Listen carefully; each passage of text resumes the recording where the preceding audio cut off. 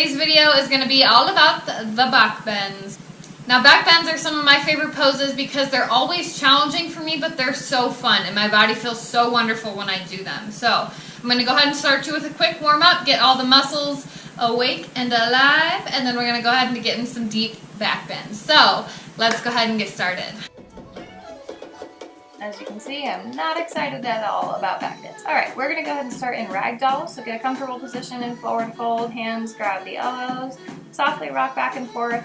If this puts pressure on the hamstrings, just go ahead and bend in the knees.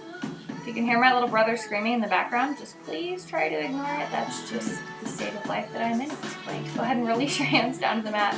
Step the legs back to downward facing dog. Go ahead and actively press the torso towards the thighs. Inhale, shift the hips, shift the gaze forward, high plank. From here, bend the elbows, lower the entire upper body all the way down.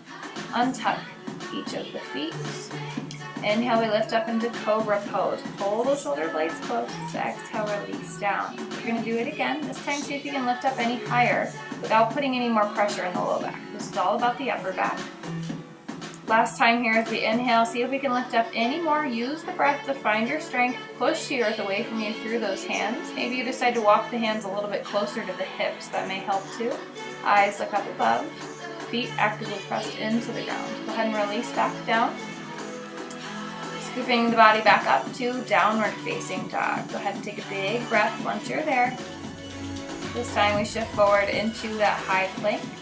Bending those elbows halfway, tops of feet, straighten the arms, meet an upward facing dog. Then from there, go ahead and drop down to the thighs. We're going to begin into our first back bend. So go ahead and bring the knees as wide as the mat, start to bend them. Start to let the eyes look up, see if the feet can reach towards the head. They may not get there today, they may never get there, that's fine. We want to actively practice reaching the head back. Exhale as you go ahead and release down, the forehead meets at the mat. Go ahead and slide those hands down at your hips, palms shine up. Just let everything melt heavy into the ground here. Regain the breath. Find some more strength. Slide the hands back under the shoulders. Push yourself into an all fours pose. From there, we're going to come onto a kneeling position, adjusting the clothing as needed. Alright, so from here we're going to come into camel, but before I do so, I'm just going to kind of warm up through the neck. Maybe take some standing cat-cows. Rolling those shoulders forward and backward, focusing on the cervical spine. And when I'm ready, hands come into the small of the back, fingertips point downward. Before we do anything with our back, we want to actively be shifting our hips towards the front, pushing the toes into the ground. Once you can do that, still actively pushing the hips forward. Allow the shoulders to roll back and down. Allow the heart space to look up. Head slowly starts to rock back. Hands could stay there, or if it's comfortable, maybe the hands drop down to the heels. If you want to take it one step further from here, slowly start to let the head lower. Maybe you lift up one hand, reaching back towards the back of your mat. If you want to take it one step further from there, maybe release both hands down behind the body. Maybe allow the arms to release down to the forearms. So this is the deepest version of camel that you can get into. Not necessary at all. As you can see at this point, I am slowly coming out of it. I think at this point I realized I was a little bit stuck. So if this happens to you, just take your time. Slowly come out of the pose exactly as you entered. So we're taking our time, coming back onto the knees, adjusting just as we started. Then from there, we're going to go ahead and drop the hands down, bring the hips down to the earth. From here, we're going to go ahead and find our lotus legs. If you can't find lotus legs, that is totally fine. Just come into crisscross applesauce. Otherwise, if you can, try to get those feet on the tops of the thighs. Wherever you are, slowly come down to the forearms. Let the hands place in the small of the back or on the hips, just as they were before. You can stay there, or perhaps you lower in the head just a little bit more, seeing if the crown of the head can come down to the earth. Or King of the Fishes pose. Don't ask me why it's called that. I have no idea, but it is a fun back bend. Once again, slowly coming out of this, exactly as you came in. Doesn't have to be a pretty process. We just slowly make our way out, take care of the spine, uncross the legs, meeting back into all fours pose. And from there, go ahead and drop down to the knees.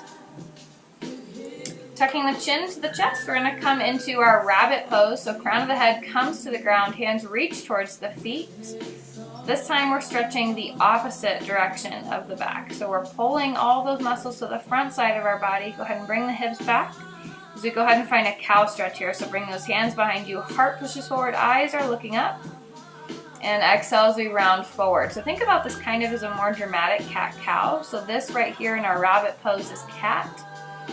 And when we reach back up, it's kind of like cow. So really we're just stretching the front side of our body and the back side, taking turns, being nice and slow. And from here, we're gonna come on to our hips. Go ahead and slowly lower the upper back down to the mat. So we're gonna prepare for bridge pose. So go ahead and lift the hips up, slide the shoulder blades close to each other to allow yourself to interlace the hands below the legs. So here we're breathing the belly to the back side of our body, actively pushing the hips up. First option is to stay right there. Second is to take a bend in the elbow. Perhaps those hands come to the small of the back or on the hips, fingertips point downwards. Very similar hand positioning to how we were in Camel. This just helps us get a little bit more of an open heart.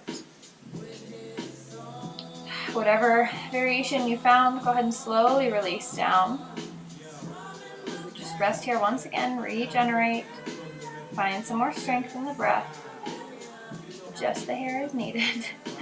And to come into wheel, we're going to bring those hands behind us, fingertips point towards the heels. If you have the strength, lift up. If you don't, you can come into bridge pose just as we did before. If wheel is accessible, maybe you want to try walking the feet a little closer to the hands, maybe the hands a little closer to the feet. Another variation to try is to walk the feet away from the hands, seeing if you can straighten the legs. That brings a whole new amount of flexibility to the small of the back. So just play around with your wheel pose. Find strength in the hands, find strength in the feet. Find a comfortable place in the middle. If you're still in bridge pose, that's fine too. Actively find the strength in the back of your body. This time, go ahead and slowly release down from whichever posture you were in. Go ahead and bring the knees to the chest. Give them a great big hug and releasing those hands on the shins. Do softly rock side to side. As you see, I was not so soft on that side. I was very excited to start rocking. So take your time, be gentle, be slow. We're gonna very slowly rock back and forth to massage all those muscles that we just worked. So a deeper variation of this is happy baby. So you reach up for those outside edges of the feet. Bend the knees so dramatically that those thighs are parallel to the earth, feet looking up towards the sky. Actively work those legs down towards your face. Once again here, you can rock side to side as well if that feels good on the back. So we're either staying here or in knees to chest. Go ahead and come back to knees to chest as we start to rock up to gain some momentum. Go ahead and rock out several times here. This always feels excellent on the back and it makes you feel like a kid again. So really it's a win-win. Go ahead and take as many times as you need. Meet me in a seated position, the top of your mat, and you're all done.